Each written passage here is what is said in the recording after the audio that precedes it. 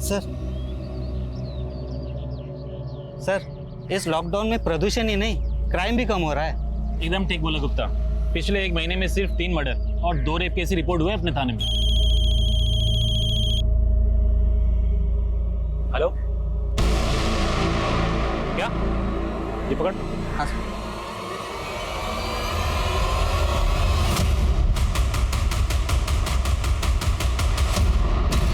2020 एक ऐसा साल जिसने दुनिया भर में लोगों की आदतें, सोच और पूरी की पूरी जिंदगी को बदल के रख दिया। कोरोना के पहले की और बाद की जिंदगी में तालमेल बैठाने की कोशिश कर रहे हैं हम सब। एक तरफ हमारा देश लॉकडाउन से निकलकर अनलॉक की तरफ बढ़ रहा था, वहीं एक ऐसी घटना हुई जिसने इंसानियत को शर्मसार ही नहीं किया बल्कि हमारे समाज के सामूहिक चरित्र पर सवालिया निशान लगा दिए। हाल ही में एक वीडियो इंटरनेट पे काफी वायरल हुआ था, शायद आप लोगों ने भी देखा होगा। बीच बाजार में एक लड़की को गोलियों से छलनी कर दिया गया। लोग तमाशबीन बने रहे, कोई बचाने नहीं आया। ये अपराधी इस तरह की हिम्मत, ये दुस्साहस कहां से लेकर आते हैं? और ज्यादा डरावनी बात यह है कि जुर्म के ऐसे वारदात अब हमें चौंकाते भी नहीं, जैसे कि अब हम आदी हो चुके हैं इनके। ये केस सिर्फ एक हिंसक अपराध को नहीं दर्शाता बल्कि ये हमारे अंदर पनप रही असंवेदनशीलता को भी उजागर करता है। ये केस 2020 के भारत की एक डरावनी तस्वीर दिखाता है। जंग 2 देशों के बीच में नहीं है, जंग औरत और जुर्म के बीच में चल रही है। कौन थी वो लड़की जिसके साथ ये सब हुआ? क्यों की गई थी उसे खामोश करने की कोशिश?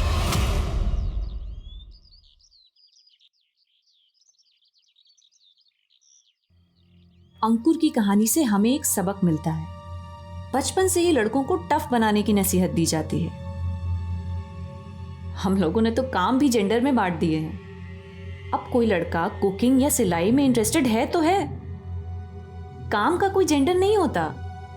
एम आई राइट? अब मिलेंगे अगले ब्लॉग में एक ऐसी ही मोटिवेशनल कहानी के साथ। अंकिता, कॉलेज के लिए देर हो रही है बेटा, जल्दी करो। आई माँ। कैसी टीचर है ये? कॉलेज में बच्चों को पढ़ाती है पर खुद की सेहत का बिल्कुल भी ध्यान नहीं रखती है। अरे वाह मम्मी, आलू पराठा गरम है। अरे विमल, ये क्या कर रहा है? ये तेरी दीदी के लिए है, उसे कॉलेज जाने के लिए देर हो रही है बेटा। सब अंकिता दीदी के लिए, मुझे तो कोई पूछता ही नहीं है। पहले अंकिता की तरह मेहनत कर और अपनी पहचान बना, है ना? उसके बाद तुझे भी रिस्पेक्ट मिलेगी, हमसे ही नहीं बाकी सबसे भी। अरे पापा, क्यों प्रेशर डाल रहा है विमल पर? विमल, तेरे लिए बाद में बनाती हूँ, ले तू खा ले बेटा। अंकिता, सारे स्कूल और कॉलेज के लेक्चर ऑनलाइन चल रहे, तेरा कॉलेज ही अजीब है। अरे तू भी तो घर से ऑनलाइन क्लासेस कर सकती है ना, है? बेटा फिक्र होती है तेरी। पापा, फिक्र की कोई बात ही नहीं है। हम सारे गाइडलाइंस फॉलो कर रहे हैं। क्लास में सिर्फ 10 बच्चे ही अलाउड हैं और हम सोशल डिस्टेंसिंग भी अच्छे से मेंटेन कर रहे हैं। वैसे भी पापा, स्टूडेंट्स का लास्ट ईयर है ना, तो उनके करियर का सवाल है। सबकी फिक्र करती है, थोड़ी अपनी भी फिक्र किया कर। उसके लिए आप लोग हो ना।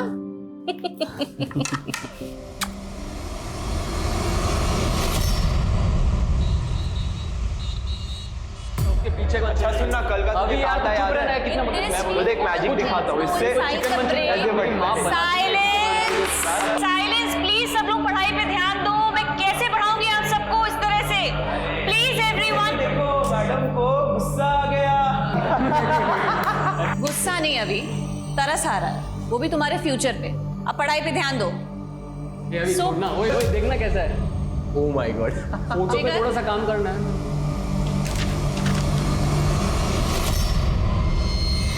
ये क्या है? आपका नाम तो लिखा नहीं है मैंने, और वैसे भी आप इतनी सुंदर नहीं हो कि मैं आपकी फोटो बनाऊंगा।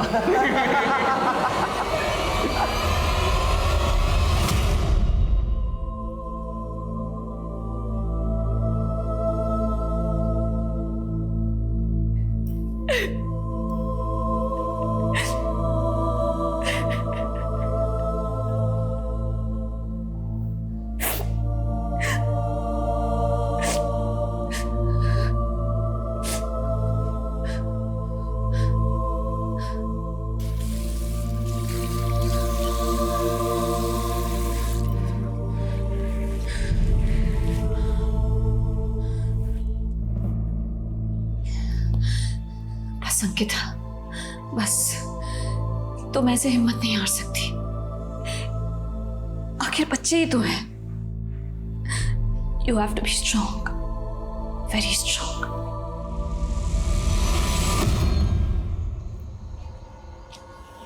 भैया भैया भैया, आप मेरे को मोती नगर तक छोड़ दोगे क्या, आगे तक? अरे भाई तुम गलत रास्ते पे हो, मोती नगर उधर है। अरे भाई, गलत रास्ते पर तो तुम आ गए हो।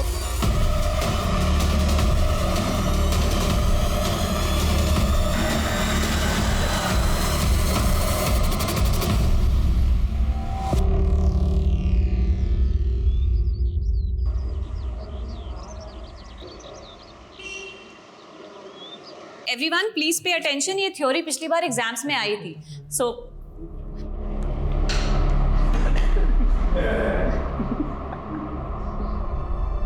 बहुत मजा आ रहा है ना आप लोगों को, लेकिन याद रखना 25% मार्क्स इंटरनल हैं। वो इंटरनल के मुझे आपको देने हैं, आपके ये क्लास परफॉर्मेंस के अकॉर्डिंग। ये अभी देख हमको धमकी दे रही है। धमकी नहीं दे रही हो, सच कह रही हो। मुझे नहीं लगता है कि आप लोग पढ़ाई में बिल्कुल भी इंटरेस्टेड हैं। Yes, not interested.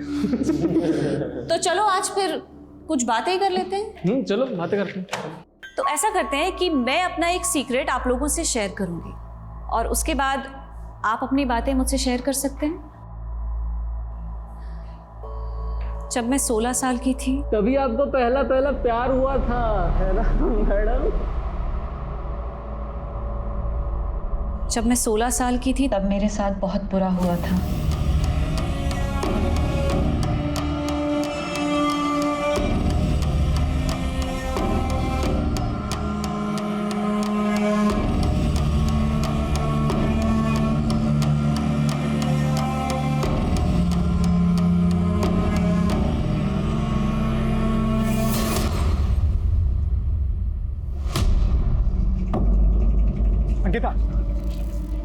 अंकिता, मेरी बात तो सुनो, listen to me please. Ankita, कितनी बार सुनूं मैं तुम्हारी बात? जवाब भी तो दे चुकी हूँ, तुम समझ क्यों नहीं रहे हो? अंकिता, मैं अपने भाई जैसा नहीं हूँ।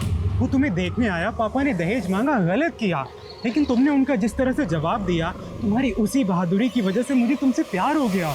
लेकिन मैं तुमसे प्यार नहीं करती हूँ नवीन, तुम समझ क्यों नहीं रहे हो? और मैं तुमसे शादी नहीं करना चाहती हूँ। प्लीज मेरा पीछा मत करो, प्लीज। अंकिता, मेरी बात।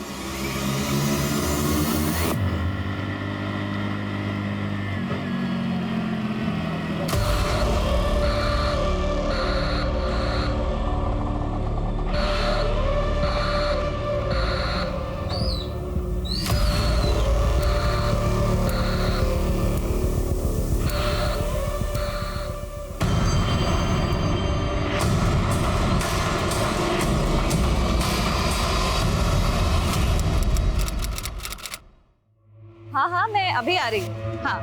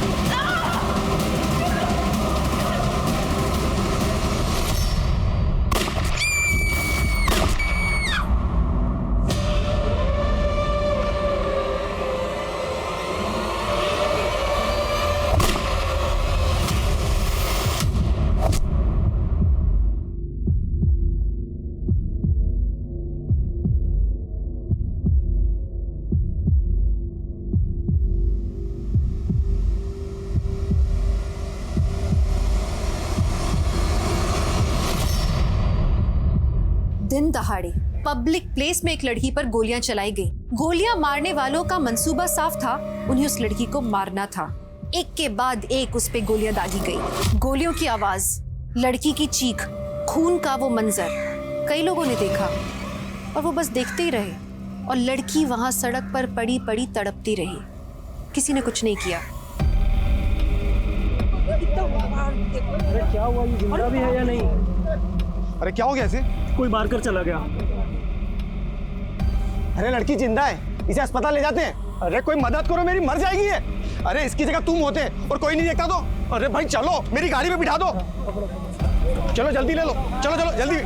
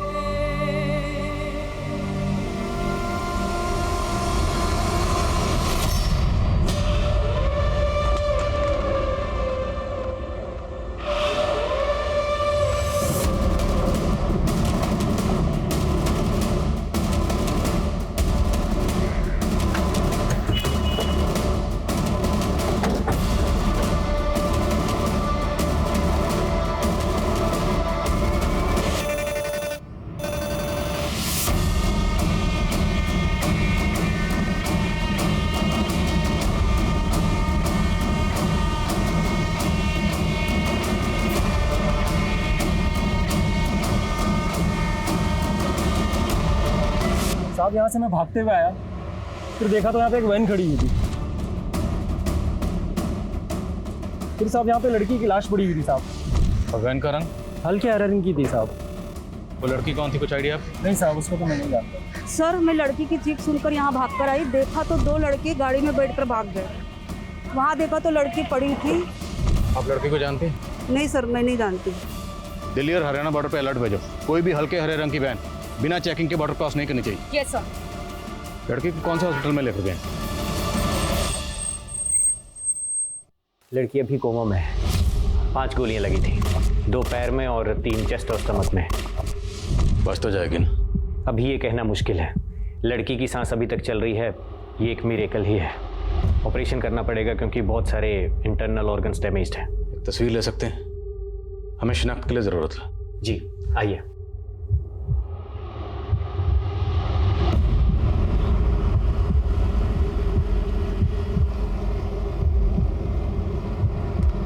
जितनी जल्दी हो सके। सर ये देखिए, इस लड़की का वीडियो सब जगह वायरल हो रहा है।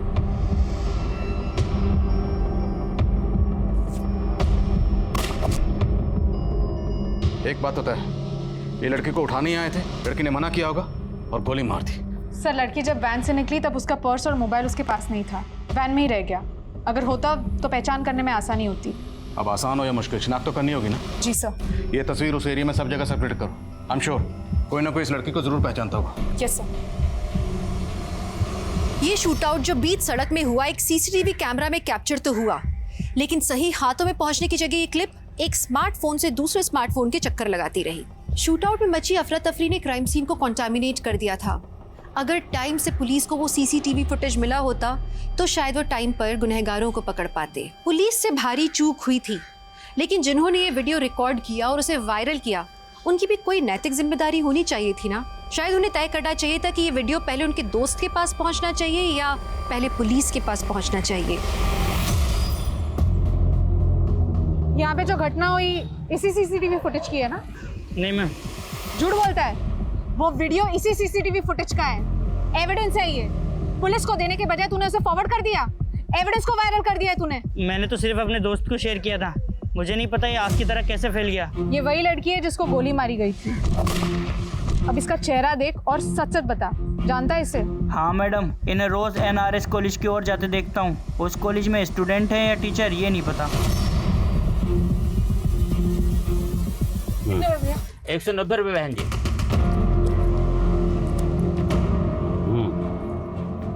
अरे ओ बहन जी, अपने छुट्टे पैसे तो लेके जाइए।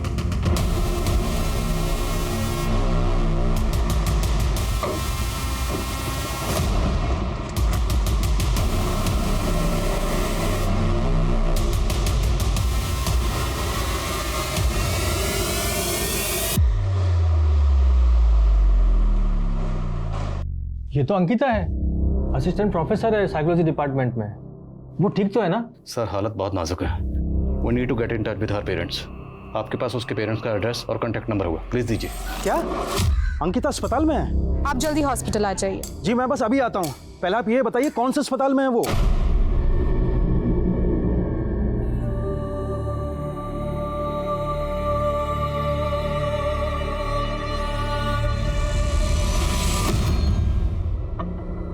कैसा लग रहा हो? एकदम हीरो जैसा। मैं तो ऐसा ही। पंकज, क्या चल रहा है ये सब? मैं तो बस ऐसे ही। एक मिनट, और तू क्या मेरे बॉयफ्रेंड पे डोरे डाल रही है? अगली बार अगर तू इसके आसपास भी दिखी ना तो तेरे इस बालों में ना मैं चिंगम चिपका दूंगी। अरे हम तो बस टाइम पास कर रहे थे। शांत रह, तू निकल यहाँ से, हट। और तू टाइम पास कर रहे थे, हाँ? तुम्हारा ना बहुत हो गया, अब मुझे तुम्हारे साथ नहीं रहना। I hate you. Ankita!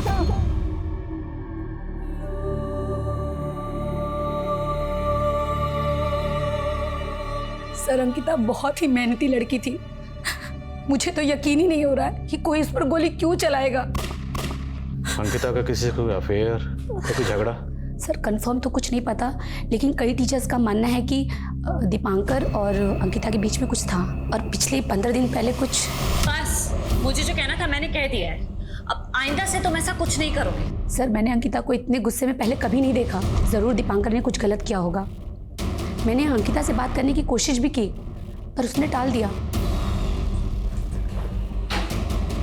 Sir, वो प्रोफेसर दीपांकर।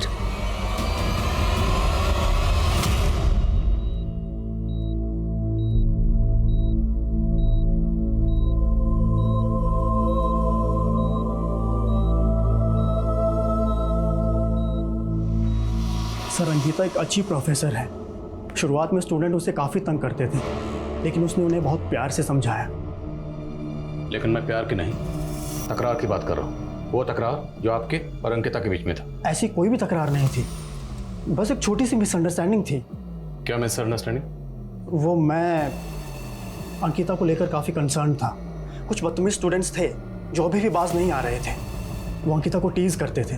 एक दिन मैंने उन्हें बहुत डांटा, स्ट्रिक्ट वार्निंग भी दी, लेकिन अंकिता उल्टा मुझ पर गुस्सा हो गई। मैंने मांगी थी क्या तुम्हारी हेल्प? नहीं ना, और मैंने कहा था ना कि मैं हैंडल कर लूंगी। लेकिन अंकिता, वो लड़के अपनी बाउंड्री क्रॉस कर रहे थे। अगर उन्हें रोकता नहीं ना तो उनकी हिम्मत और बढ़ जाती। दीपांकर, मैं कोई छोटी बच्ची नहीं हूँ। इनफैक्ट 16 साल की उम्र से अपने सारे प्रॉब्लम्स खुद सॉल्व कर रही हूँ मैं, और मुझे नहीं चाहिए तुम्हारी कोई भी हेल्प, प्लीज। लेकिन अंकिता, बस, जितना मुझे कहना था मैंने कह दिया है। अब आइंदा से तुम ऐसा कुछ नहीं करो। बस सर, इसी बात को लेकर थोड़ी नाराजगी थी। बाकी हम दोनों के बीच में ऐसा कुछ भी नहीं है सर। अच्छा, ये स्टूडेंट्स को अंकिता से क्या प्रॉब्लम थी? सर, शुरुआत में जब अंकिता यहाँ आई थी तो स्टूडेंट उसे सीरियसली नहीं लेते थे, उसे बहुत तंग करते थे। लेकिन अंकिता ने बहुत प्यार से सारी सिचुएशन को टैकल किया। जो उसे चिढ़ाते थे, बाद में वही स्टूडेंट उसके फैन बन गए थे सर। तो 5 फैक्टर थ्योरी में किसी को कोई डाउट है क्या? No ma'am. एक्रोनिम याद रखना। Ocean, ocean, O for openness, C for conscientiousness. Okay? Yes. किसी को कोई doubt? No ma'am. Sir, Ankita सबकी फेवरेट बन गई थी। इस प्रोफेसर की बातों पर मुझे बिल्कुल यकीन नहीं है। डिटेल्स निकलो इसकी। Okay sir. सर, अंकिता से काफ़ी प्रोफेसर्स जलते होंगे। एक तो 10-15 साल छोटी लड़की और स्टूडेंट्स के बीच में ज़्यादा पॉपुलर, और सैलरी भी उनके जितना कमा रही थी। सो दैट डजंट मीन कि कोई इसको गोली मार दे। सबकी डिटेल्स निकलो। पियान, लाइब्रेरी, क्लर्क, सबसे बात करो। Okay sir. सर, अंकिता जिन लोगों के लेक्चर्स ले रही थी उन सब से भी बात कर रहे हैं। उन सबकी डिटेल्स निकलवाइए। और अंकिता के साथ जो दूसरी लड़की थी उसके बारे में जल्द से जल्द पता करो। वो इस केस की अहम कड़ी साबित हो सकती है। Okay sir.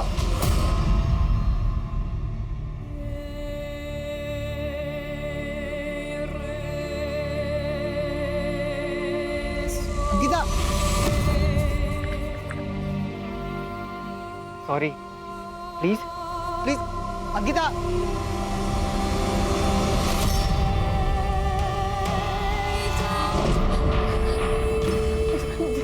अरे मैम, कहाँ जा रही है? वो मेरी बेटी अंकिता, वो अंदर है।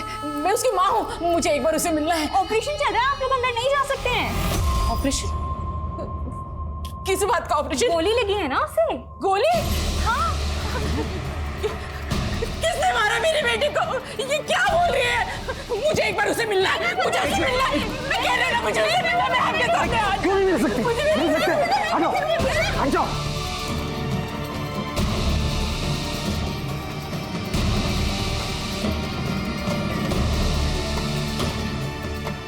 गायत्री, गायत्री, गायत्री।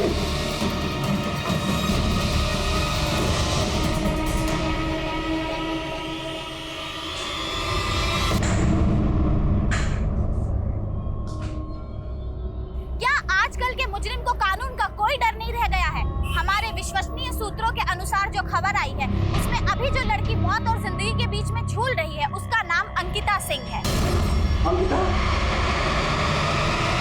दीदी? सब पूरी प्लानिंग की गई थी। नंबर प्लेट भी फेक लगाया हुआ था। असली नंबर के आखिरी 3 डिजिट 031 दिखाई दे रहे हैं सर। जितने भी गाड़ियों के लास्ट डिजिट 031 है, सबकी स्कैनिंग करो। 1 मिनट, गाड़ी की नंबर प्लेट के साथ छेड़खानी की गई है, तो हो सकता है 08 हो। जितनी भी गाड़ियों के लास्ट डिजिट 031, 831 है, सबकी स्कैनिंग करो। Okay sir. सर, अंकिता के साथ जो दूसरी लड़की थी उसकी फोटो आसपास के एरिया में शेयर की है। खबरियों से भी कहा है जल्दी कुछ पता लगना चाहिए। अंकिता के स्टूडेंट्स, उनसे बात है? सर, एक लड़का है जिगर, वो कुछ कहना चाहता है। अंकिता मैम बहुत अच्छी थी सर। पहले मैं उन्हें बहुत परेशान करता था। उनकी जगह कोई और टीचर होती तो वो मेरे घर पे कंप्लेन करती थी या फिर मुझे सस्पेंड करवा देती, लेकिन अंकिता मैम ने ऐसा नहीं किया। वो हमेशा हमें समझने की कोशिश करती थी। वो हमारी दोस्त बन गई थी सर। हमारी क्लास का हर स्टूडेंट मैम से कुछ भी शेयर कर सकता था। वो मैम, मैं आपसे कुछ कहना चाहता था। हाँ बोलो जिगर। वो मैम, जिगर टेक योर टाइम, कोई जल्दी नहीं है, आराम से बताओ। हाँ तुम पहले बैठो बैठो।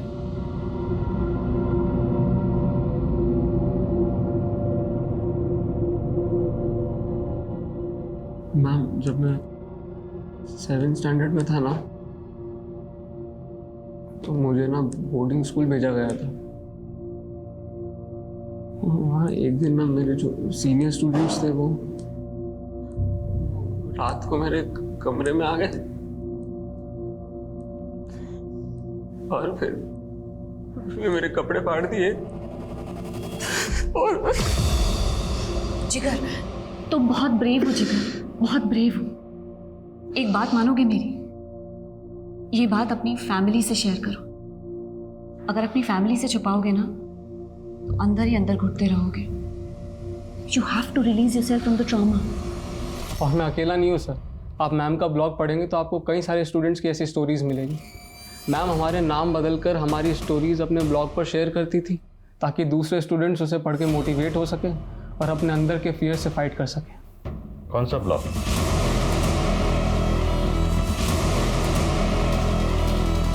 अंकिता की कॉल डिटेल्स आ गई है। 2 नंबर है जिनकी कॉल पैटर्न्स थोड़ी अजीब है। एक है पंकज त्यागी। इस नंबर पर पिछले 1 हफ्ते में अंकिता ने 11 बार कॉल किए हैं। और वो दूसरा नंबर? सर ये है, कोई नवीन है, लेकिन सर ये पंकज का एकदम ऑपोजिट केस है। पिछले 1 हफ्ते में नवीन ने अंकिता को 41 बार कॉल किए हैं। और नवीन और अंकिता में कभी भी 2 मिनट से ज़्यादा बात नहीं हुई। और इंटरेस्टिंग बात यह है कि अंकिता ने खुद कभी नवीन को फ़ोन नहीं किया। अंकिता लगातार कॉल कर रही थी पंकज को। तो क्या ये कोई लव ट्रायंगल है?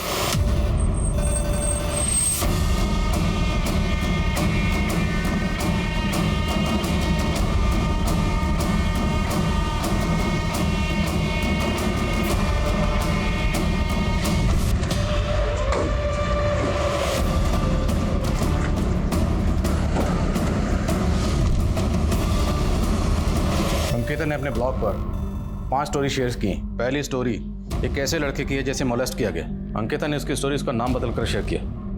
But we know who this guy is, Jigar. Sir इन कहानियों का अंकिता पे गोली लगने से क्या कनेक्शन हो सकता है? अंकिता सोशली एक्टिव थी।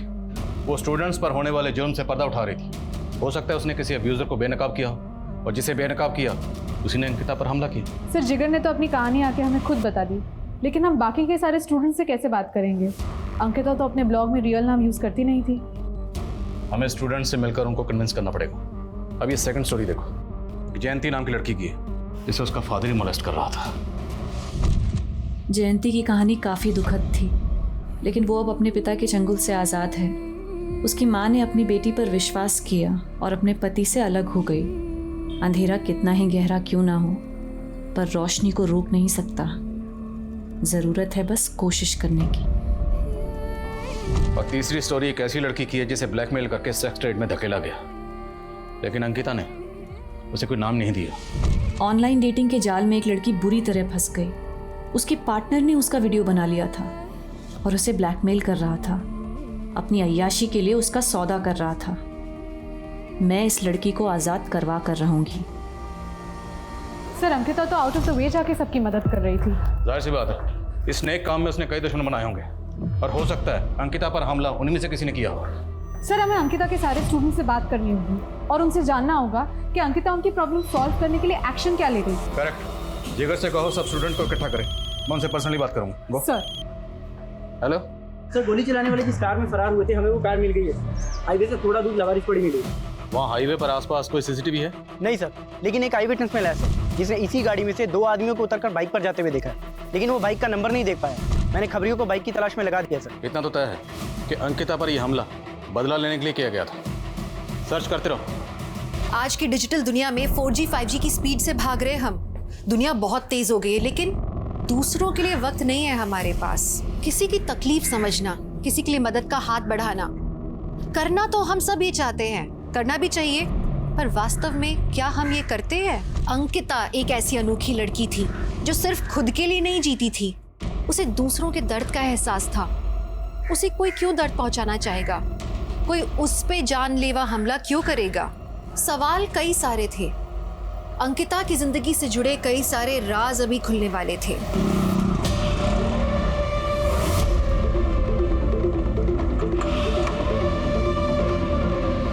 एक और पुलिस तहकीकात में जुटी थी, वहीं दूसरी तरफ डॉक्टर्स अंकिता की जान बचाने में लगे थे। जितनी जिंदगियों को अंकिता ने छुआ था, वो सब उसके लिए दुआएं मांग रहे थे।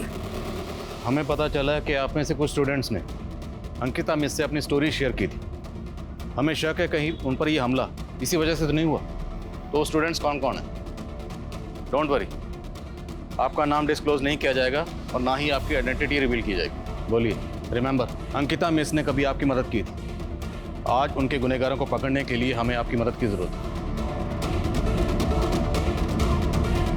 है।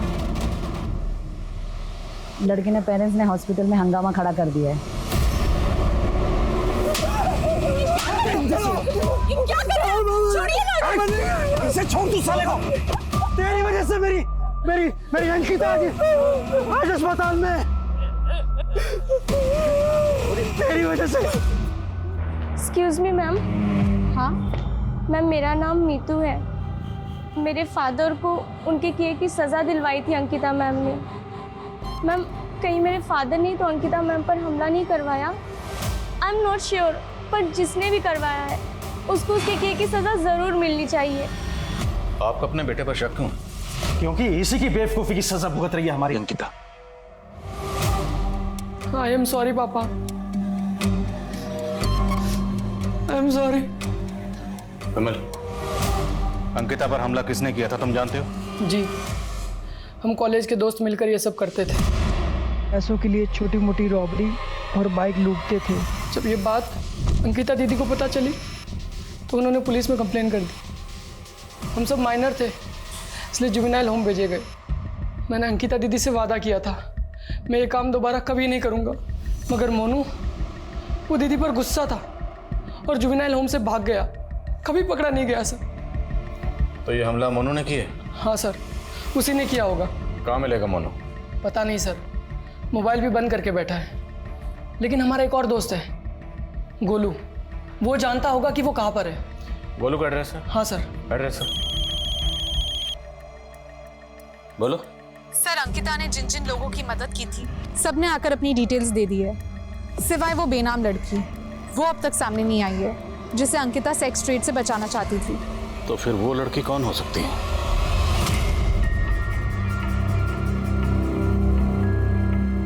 अरे नाजिया, मेरी बच्ची कितनी खूबसूरत लग रही है तू। अरे बहुत ही खुशकिस्मत है जो इतने बड़े और पैसे वाले घर में तेरा रिश्ता हुआ है। तू तो बस अपने शौहर और उसके घर वालों को खुश रखना।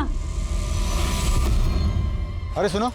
हाँ सब, इस लड़की को तुमने ऑटो से छोड़ा था? हाँ सब, इस लड़की को तो मैंने छोड़ा था वहाँ। लेके चलो मुझे वहाँ। चलो।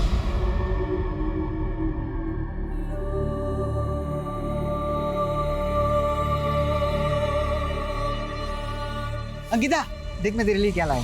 क्या है? खोल के तो देख।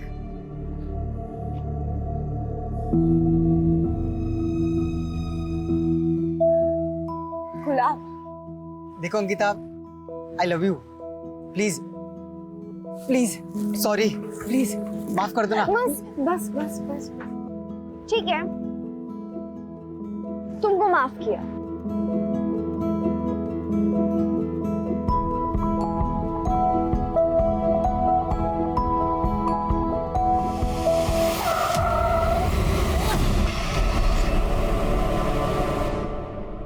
सर मैं डर गई थी इसलिए वहाँ से भाग गई। माना कि मुझे आप लोगों के पास आना चाहिए था, लेकिन क्या तुमने देखा कि गोलियां किसने चलाई? सर जिसने गोली चलाई थी उसका मुंह ढका हुआ था, लेकिन उसके एक हाथ में उसने ब्रेसलेट पहना था जिस पे सनम लिखा था और कुछ उर्दू से भी छपा हुआ था। बोल। सर मोनू ने मुझे बोला था अंकिता दीदी का रूटीन निकालने को। मोनू ने हमला किया अंकिता पे? मुझे इस बारे में कुछ नहीं पता सर। मैंने उससे पूछा भी था कि तू क्या प्लान कर रहा है, पर उसने मुझे कुछ नहीं बताया।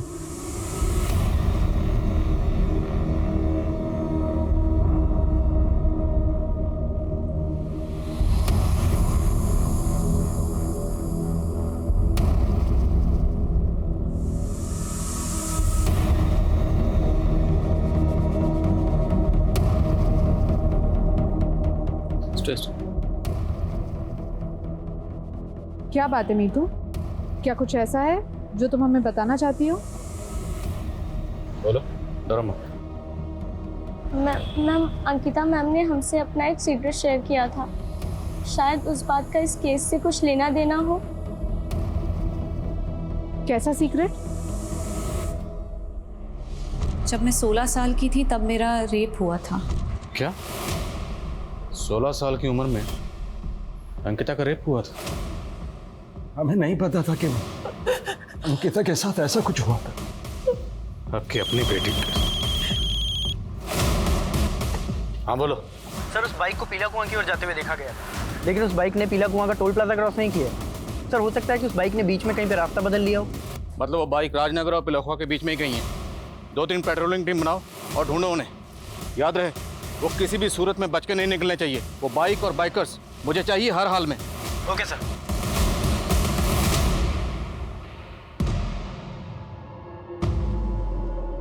कौन बोल रहा? सर मैं वही गुमनाम लड़की हूँ जिसकी कहानी आपने अंकिता मैम के ब्लॉग पर पढ़ी थी। गोविंद नगर पुलिस स्टेशन में अंकिता मैम ने रिपोर्ट दर्ज करवाई थी मेरे लिए। आपको वहाँ से सारी डिटेल मिल जाएगी। आपको ब्लैकमेल कौन कर रहा था? वो कॉलेज का एक नेता था, वीरेंद्र प्रताप उर्फ अज्जू सिंह। मैं और कुछ नहीं कह सकती, पर आप अंकिता मैम के गुनहगार को जरूर सजा दिलवाइएगा। हेलो सर, जागृति ने गोली चलाने वाले की शक्ल तो नहीं देखी, पर यह कहा कि जिसने भी गोली चलाई थी उसके हाथ पर एक ब्रेसलेट था जिस पर सनम लिखा था और कुछ उर्दू में भी लिखा था। एक काम करो, इस खबर को मीडिया में लीक कर दो। लेकिन सर इससे तो क्रिमिनल अलर्ट हो जाएगा। Do it. Okay sir. पर हाँ, मुझे वीरेंद्र मिश्रा उर्फ अज्जू सिंह की डिटेल चाहिए। उसकी details Govind Nagar police station से मिल जाएगी। वहाँ उसके खिलाफ केस दर्ज हुआ था। Okay sir. Excuse me sir. Hello, ठीक है सर। नवील मिल गया है जिसने पिछले हफ्ते अंकिता को कई सारे कॉल्स किए थे। सर मैंने कुछ नहीं किया। पिछले एक हफ्ते में तुमने अंकिता को कई बार कॉल किया, क्यों? स्टॉक कर रहा था उसे? सर प्यार करता था उससे, अभी भी करता हूँ। दहेज की वजह से उसने मेरे भाई का रिश्ता ठुकरा दिया था सर। उसकी यही बात सर मुझे बहुत अच्छी लगी थी। शादी करना चाहता था सर उससे, लेकिन वो हमेशा मेरे प्यार को ठुकराती रही सर। इसलिए तूने उस पर हमला किया, गोली चला दी? नहीं सर, मैंने कोई हमला नहीं किया। पंकज कौन है?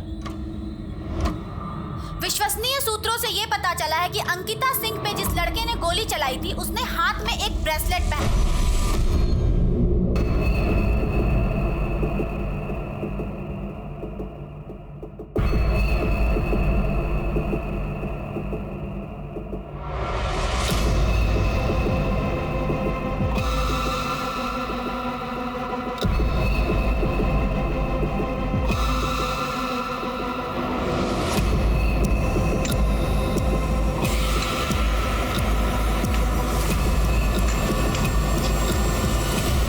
पिछले हफ्ते में अंकिता ने आपको कई बार कॉल किया। अंकिता और आपके बीच में क्या रिश्ता? सर प्यार करते थे हम लोग एक दूसरे को। तब हम सिर्फ 16 साल के थे, लेकिन जी जान से चाहते थे एक दूसरे को। सर हमारे प्यार को किसी की नज़र लग गई। उस हादसे के बाद हम दोनों अलग हो गए, लेकिन 2 हफ्ते पहले ही अंकिता ने मुझे सोशल मीडिया पर ढूंढ निकाला और हमने सालों बाद बात की। अंकिता चाहती थी कि हम मिलें, और मैं नहीं चाहता था कि वो मुझे इस हाल में देखे। मैं जानता था कि अंकिता मुझे इस हाल में भी खुशी से अपना लेती, लेकिन मैं इतना खुदगर्ज नहीं हो सकता था। मैंने मिलने से इनकार कर दिया, लेकिन फिर भी वो मुझे फ़ोन करती थी। हेलो,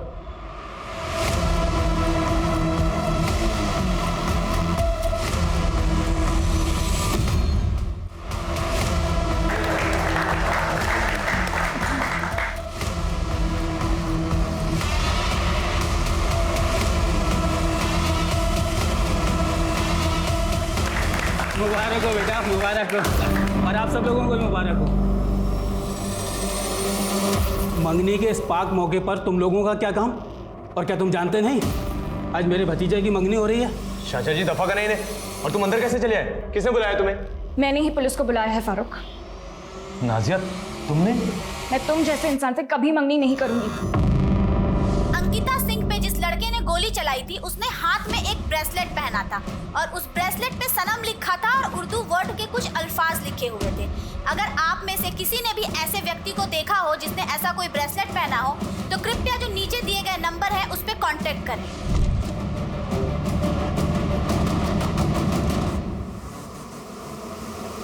नाजिया हमने क्या किया है? नाटक बंद करो फारूक। लगता है मेरा तोहफा तुम्हें रास नहीं आया। पोल खोदी तुम्हारी इसी तोहफे ने। ये वही ब्रेसलेट है जो मैंने इसे दी थी तोहफे में, और इस पे उर्दू में इसका नाम लिखवाया था, फारूक। और किसी की जान लेने की कोशिश करने के बाद यहाँ मुझसे मंगनी करने आए हो। कितने घटिया इंसान हो तुम। फारूक, मेरी बेटी किडनैप होने वाली बात को तो 8 साल हो चुके हैं। मैंने कभी सपने में भी नहीं सोचा था कि मेरा वो अतीत हमारी जिंदगी में फिर से कहर बन के टूटेगा। अरे कोई है? मेरी बच्ची किडनैप हो गई है। कोई मेरी बात क्यों नहीं सुन रहा है? अरे कोई मेरी बात क्यों नहीं सुन रहा है यार? मेरी साहब कब आएंगे? आप मेरी रिपोर्ट लिख लीजिए ना, जब तक वो नहीं आते तो। मेरी बच्ची गुम हो गई है। अरे कोई मेरी बात क्यों नहीं सुन रहा है? कोई नहीं सुनेगा आपकी। अगर आपने हमारी नहीं सुनी तो। क्या बोल रहे हैं आप? दरअसल हमारे भतीजे फारूक से एक गलती हो गई है। उसका दिल आ गया है आपकी बच्ची पर, इसीलिए उसे उठा लिया। आप फिक्र मत कीजिए, बहुत जल्द सही सलामत आपकी बच्ची आपके पास पहुंच जाएगी। लेकिन अगर आपने पुलिस में कंप्लेंट की तो हमारे फारूक से ज़्यादा नुकसान आपका होगा। अंकल जी, अंकिता के बालिग होने का इंतज़ार कर रहा हूँ। 18 की होते ही उठा ले जाऊँगा। और देखिए, परेशान होने की कोई दिक्कत नहीं है। अब निकाह तो मुझसे ही होगा। अंकिता का नया नाम भी सोच लिया है, अंकिता उर्फ अरफा। हमारी बच्ची को उसे बचाने के लिए हमने मेरठ ही छोड़ दिया और गाजियाबाद आ गए। हमारी बच्ची का उस कमीने ने क्या हाल कर दिया है। कई बार कहा अंकिता से कि मुझसे निकाह कर ले, पर वो समझ ही नहीं रही थी। इतनी रिक्वेस्ट भी की पर कुछ काम नहीं आया। तो नाजिया से मंगनी कर रहा था, फिर अंकिता को क्यों मारा? नाजिया से मंगनी तो मैं परिवार के दबाव में कर रहा था। प्यार तो मैं अंकिता को ही करता था, और अपने पहले प्यार को भुलाना आसान नहीं होता। कैसे बर्दाश्त कर लेता कि मेरे होते हुए अंकिता किसी और की हो जाती? नहीं, मुझे ये मंजूर था ही नहीं। तो ये था ना वो जिसने अंकिता का रेप किया और पंकज का पैर तोड़ा? मेरी जागीर पर नजर डाली उस पंकज ने तो क्या करता? छोड़ देता। सजा तो मिलनी ही चाहिए थी उसे, जो मैंने दे दी।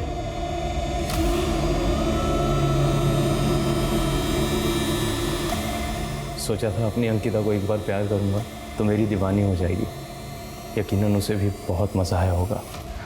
अंकिता का कमीना बाप उसे शहर से बाहर भगा कर देगी। हर जगह ढूंढता रहा मैं अपनी अंकिता को। 8 साल तक तड़पा। फिर एक दिन अंकिता सोशल मीडिया पर नजर आई। पहले से ज़्यादा खूबसूरत हो गई थी मेरी अंकिता, और मैं पहुंच गया उसके पास। तुम जानवर हो, तुमसे शादी करने से अच्छा तो मैं मरना पसंद करूंगी। मेरे सब्र को मत आजमा अंकिता, 1 महीने की मोहलत देता हूँ, निकाह के लिए राजी हो जा, वरना अंजाम बहुत बुरा होगा। इतना समझाने की कोशिश की अंकिता को, पर वो मेरे प्यार को समझ ही नहीं रही थी। 1 महीने की मोहलत भी दी मैंने उसे कि निकाह के लिए राजी हो जा, और आज 1 महीना पूरा हुआ। मजबूर था मैं।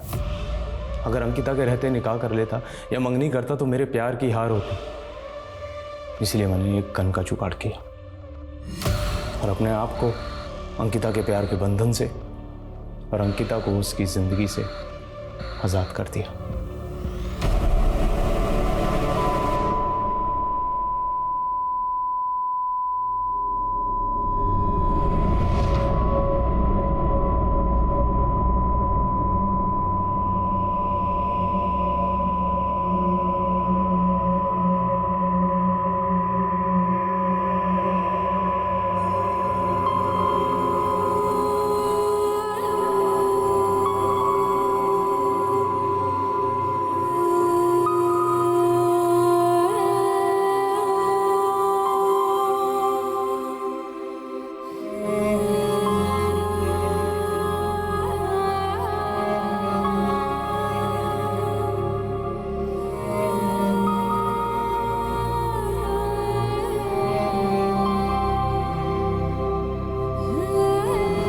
अगर मेरी नहीं हो सकती तो मैं उसे किसी और की भी नहीं होने दूंगा। उसकी ना में ही हाँ छुपी है। मतलब क्या है इसका? ना का मतलब ना ही होता है। लेकिन हमने अक्सर ये लाइनें फिल्मों में सुनी है, तालियां भी बजाई हैं सुन के। लेकिन कहीं ना कहीं यही डायलॉग्स हमारे समाज में मर्दों की सोच बताते हैं। एक लड़की की ना एक लड़के के लिए ईगो इशू क्यों बन जाती है? एक लड़की की मर्जी, उसकी पसंद नापसंद मायने क्यों नहीं रखती? ये सवाल पूछना जरूरी है, इसका जवाब जानना जरूरी है। हमें मानना होगा कहीं ना कहीं हम अपनी परवरिश में चूक रहे हैं। बच्चे अपने आसपास के माहौल से, अपने घर से ही ये सब सीखते हैं। जब बच्चे अपने से बड़ों में देखते हैं बात बात पे लड़ना, जिद करना, लड़कियों पे भद्दे कमेंट्स करना, लड़कियों का मजाक उड़ाना, उन्हें लगता है कि ये नॉर्मल है, मर्दों का ऐसा ही बिहेवियर होना चाहिए। और यहीं से हम गलत परवरिश की शुरुआत करते हैं। एक माँ, एक बहन, एक फीमेल कॉलीग या आपकी दोस्त, वो सब इस समाज में एक बहुत अहम भूमिका निभाते हैं। उनका अपना एक वजूद है and they deserve your respect. औरत को देवी मत मानिए, इंसान मानिए। बदलाव की शुरुआत यहीं से होगी। हम कहते हैं कि औरत और मर्द कंधे से कंधा मिलाकर चल रहे हैं, पर इस बात पर हम अमल नहीं करते। 2020 खत्म होने जा रहा है। आइए 2021 में हम खुद से ये वादा करें कि हम अपनी सोच को बदल देंगे और हर औरत जो अपने ऊपर हो रहे अन्याय को एक आम बात समझकर नजरअंदाज कर देती है, अब से वो इन बातों को नजरअंदाज नहीं करेगी। 2021 की औरत ये मान लेगी कि वो अबला नहीं है। अब मैं दिव्यांका त्रिपाठी दहिया लेती हूँ आपसे विदा। देखते रहिए क्राइम पेट्रोल सतर्क, विमेन अगेंस्ट क्राइम। एक औरत पे वार, अब हर औरत का भार। जय हिंद।